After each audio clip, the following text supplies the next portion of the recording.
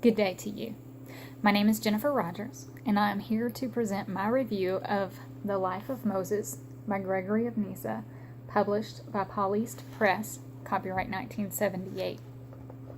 Though an award-winning translation, I found the introduction laborious and difficult to get through.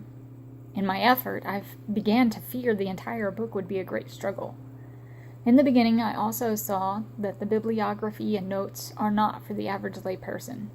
To be used to its fullest capacity, one must be fluent in French, German, and Greek, as well as English. Even so, there are many treasures scattered throughout, even for a monolingual English-speaking layperson. As I got past the introduction and into Gregory's own work, my fears quickly subsided, and my fascination with Gregory of Nyssa grew. Gregory of Nyssa was a 4th century Byzantine bishop, credited as the father of Eastern mysticism.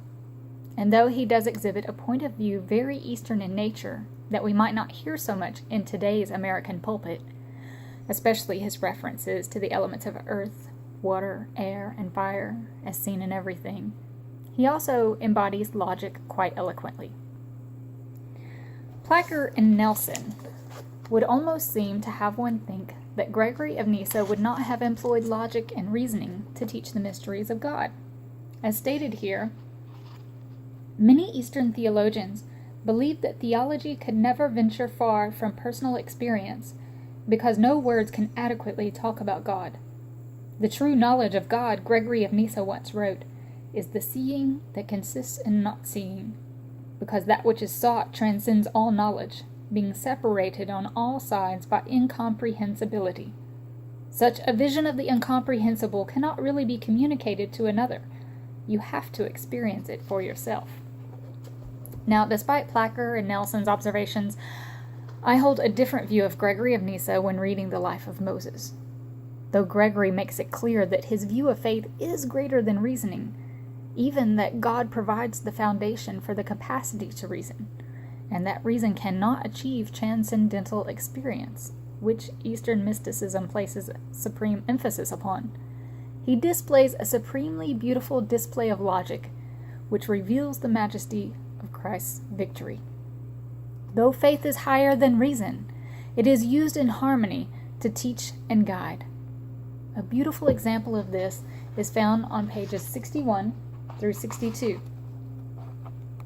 The change from a rod into a snake should not trouble the lovers of Christ, as if we were adapting the doctrine of the incarnation to an unsuitable animal. For the truth himself, through the voice of the gospel, does not refuse a comparison like this in saying, "And the Son of Man must be lifted up, as Moses lifted up the serpent in the desert." The teaching is clear. For if the father of sin is called a serpent by Holy Scripture, and what is born of the serpent is certainly a serpent, it follows that sin is synonymous with the one who begot it. But the apostolic word testifies that the Lord was made into sin for our sake, by being invested with our sinful nature. This figure therefore is rightly applied to the Lord, for if sin is a serpent, and the Lord became sin, the logical conclusion should be evident to all. By becoming sin, he became also a serpent, which is nothing other than sin. For our sake, he became a serpent, that he might devour and consume the Egyptian serpents produced by the sorcerers. Throughout the book, Gregory finds much deeper meaning in the scriptural text than a surface reading, linking the different episodes and miracles with the New Testament and the incarnation of Christ. His interpretations are logically presented, and yet fresh and profound. The way Gregory writes of the scripturally accurate historical account of the life and times of Moses makes one feel that he was there.